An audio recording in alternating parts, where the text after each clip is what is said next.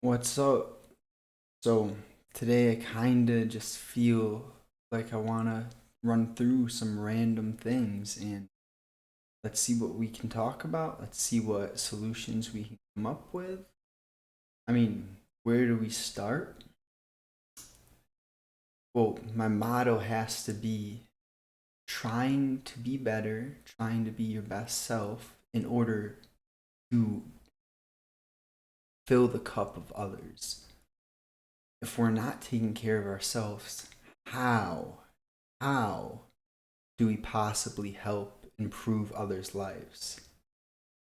It's not going to happen. So our number one priority has to be make sure we are flourishing. How do we flourish? It's the simple fucking things.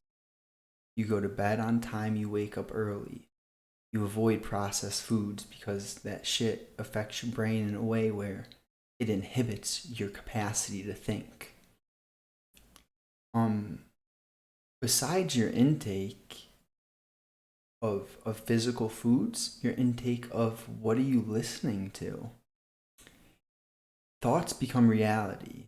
And if we're constantly listening to things, letting images and words come into our mind that are disempowering, that limit our potential to see dreams, to think big, we're not going to go anywhere. So the things that we listen to in intake are so important because if we're not closely monitoring what we put into our system, put into our mind, we just become low quality humans and it it's mind blowing how there's so many different levels of human capacity and performance.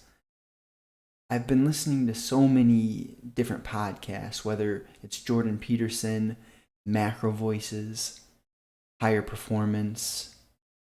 There are so many podcasts that are literally allowing us to grab thoughts, grab thinking from high performing people who simply want to help the next generation be their best. But you have to challenge yourself. If we aren't consistently working to challenge our prior performance, you're going to stall out and plateau. So it's like never going to be some easy merry-go-round, but isn't that the best part of being here? I feel if things were easy, you don't get a source of satisfaction from doing something that doesn't push you.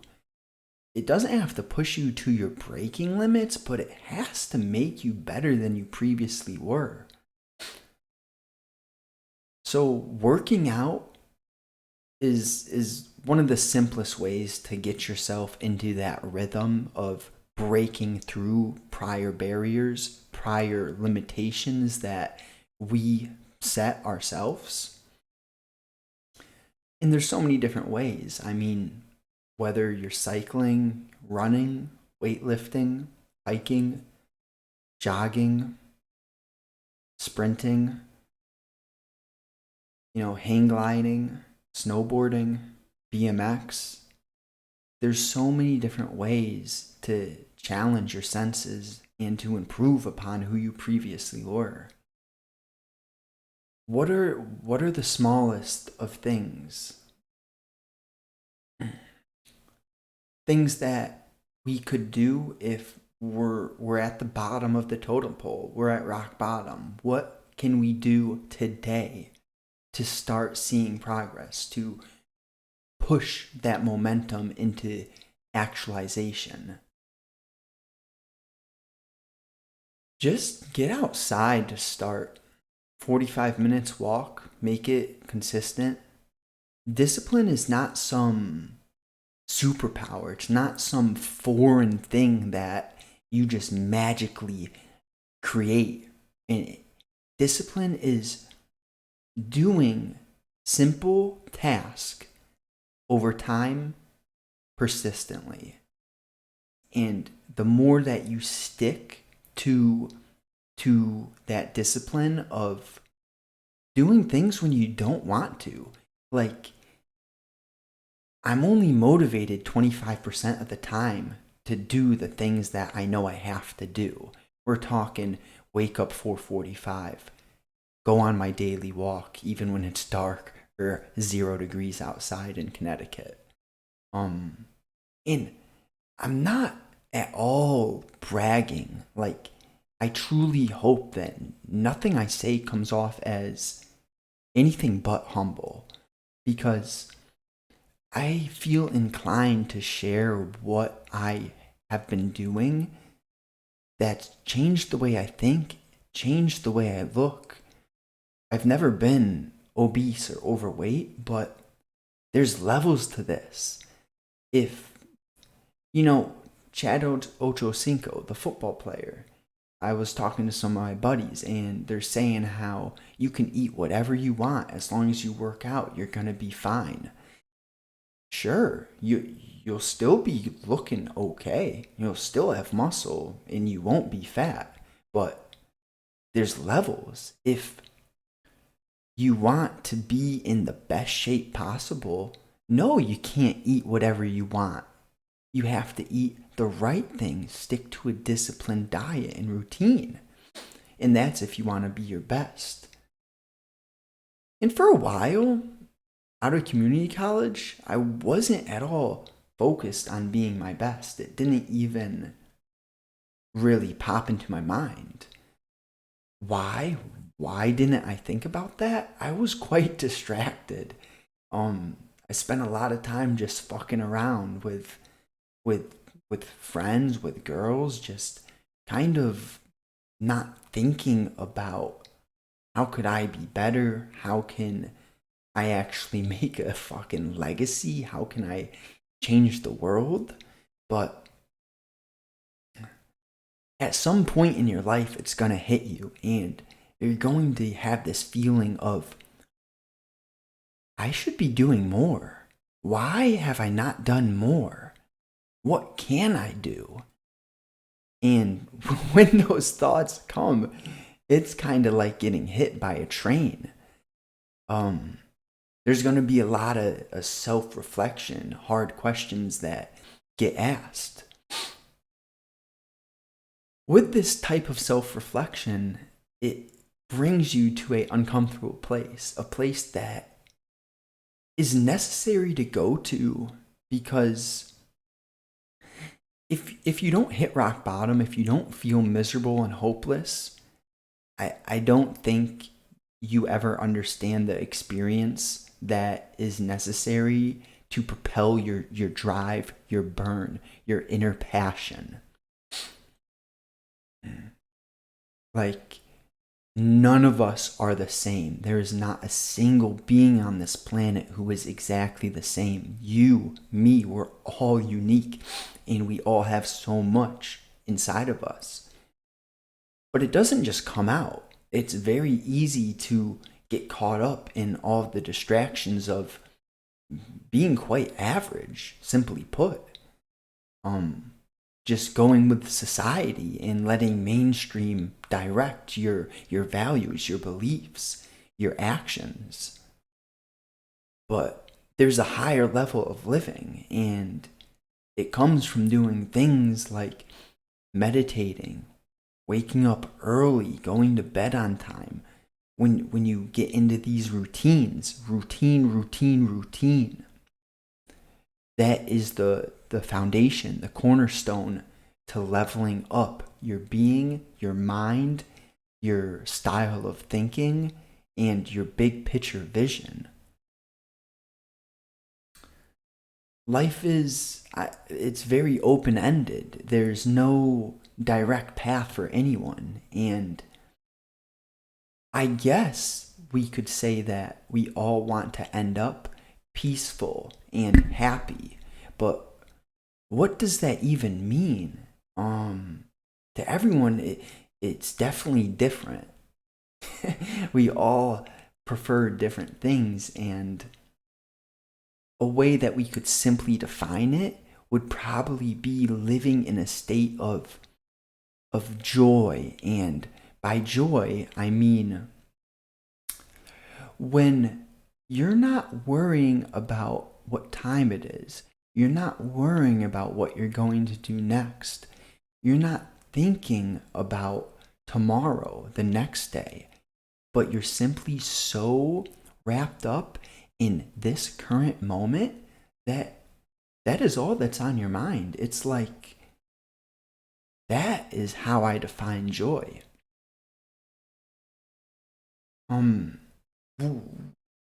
We all want this joy, and the best thing about it is you don't get it without putting in the work.